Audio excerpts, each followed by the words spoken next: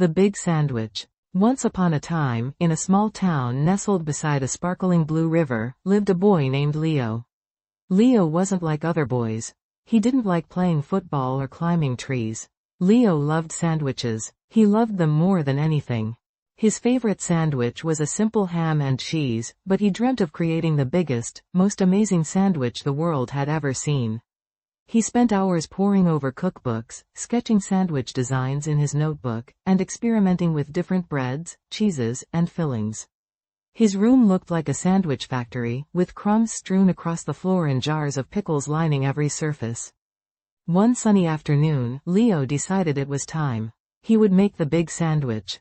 He started with a giant loaf of sourdough bread, baked especially for this momentous occasion by Mrs. Gable, the town baker. This wasn't just any sourdough, it was a bread so large, it took 2 men to carry it from the bakery to Leo's house. He then gathered his ingredients. He needed mountains of ham, enough cheese to build a small cottage, piles of crisp lettuce, juicy tomatoes, crunchy pickles, sweet onions, and a special sauce he'd been perfecting for months, a blend of mayonnaise, mustard, and a secret ingredient, which he refused to reveal, even to his best friend, Mia. The preparation was epic. Leo worked tirelessly, spreading the sauce with a giant spatula, layering the ham and cheese with meticulous care, adding the vegetables with a precision that would make a surgeon proud. He even had a small ladder to reach the top of the bread. Mia helped, of course. She was a loyal friend, and her job was mainly to keep Leo from eating the ingredients before they went into the sandwich.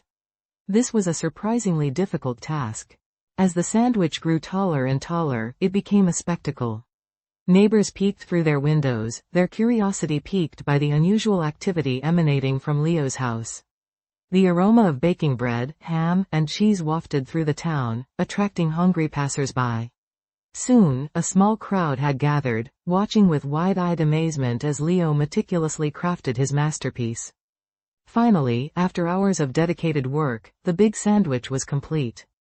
It was a monumental creation, a towering testament to Leo's dedication and love for sandwiches. It was so large, it stretched from one side of Leo's kitchen table to the other, almost reaching the ceiling. It was a true wonder, a culinary Everest. The crowd erupted in applause. Leo beamed with pride. He'd done it. He'd created the big sandwich. The question now was, how to eat it? Leo considered several options. He thought about using a crane, or maybe a chainsaw. But ultimately, he decided on a more collaborative approach. He invited the entire town to a giant sandwich feast. The people of the town, initially hesitant, were soon overcome by their collective hunger and their admiration for Leo's creation. They all brought picnic blankets, and together, they worked as a team, slicing and sharing the big sandwich. The taste was phenomenal. The perfect blend of flavors, the fresh ingredients, the wonderfully baked bread. It was a sandwich experience unlike any other. People shared stories and laughter as they ate, bonding over Leo's incredible achievement. The feast lasted for hours. Children played games, adults chatted, and everyone celebrated the triumph of the big sandwich. Even Mrs. Gable, the baker, came, bringing more freshly baked bread, just in case they ran out. They didn't, but it was a nice thought. As the sun set, casting a golden glow over the town, the last crumbs of the big sandwich were devoured. Everyone agreed, it was the best sandwich they had ever tasted. Leo, tired but happy, looked at the empty space where his monumental creation once stood. He felt a profound sense of accomplishment. He had achieved his dream, and in doing so, he had brought his whole town together. The next day, Leo woke up with a slight ache in his back, but his heart was full. He had proven that even the most ambitious dreams, even the dreams as seemingly simple as making the big sandwich, could be realized with hard work, dedication, and a little bit of help from your friends. And that was a far better filling than ham and cheese could ever be. The story of the big sandwich became a local legend.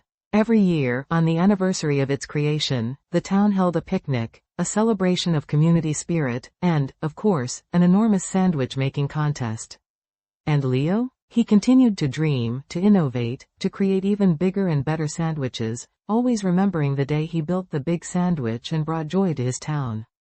He even started selling small, more manageable versions of his famous sandwich, under the name, Leo's Legendary Lunch.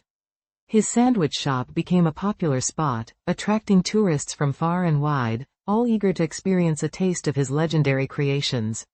And the secret ingredient? Well, that remained, of course, a secret.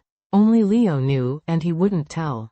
Not even Mia. But he did smile every time he thought about it, a secret smile as big and as satisfying as the big sandwich itself. The end.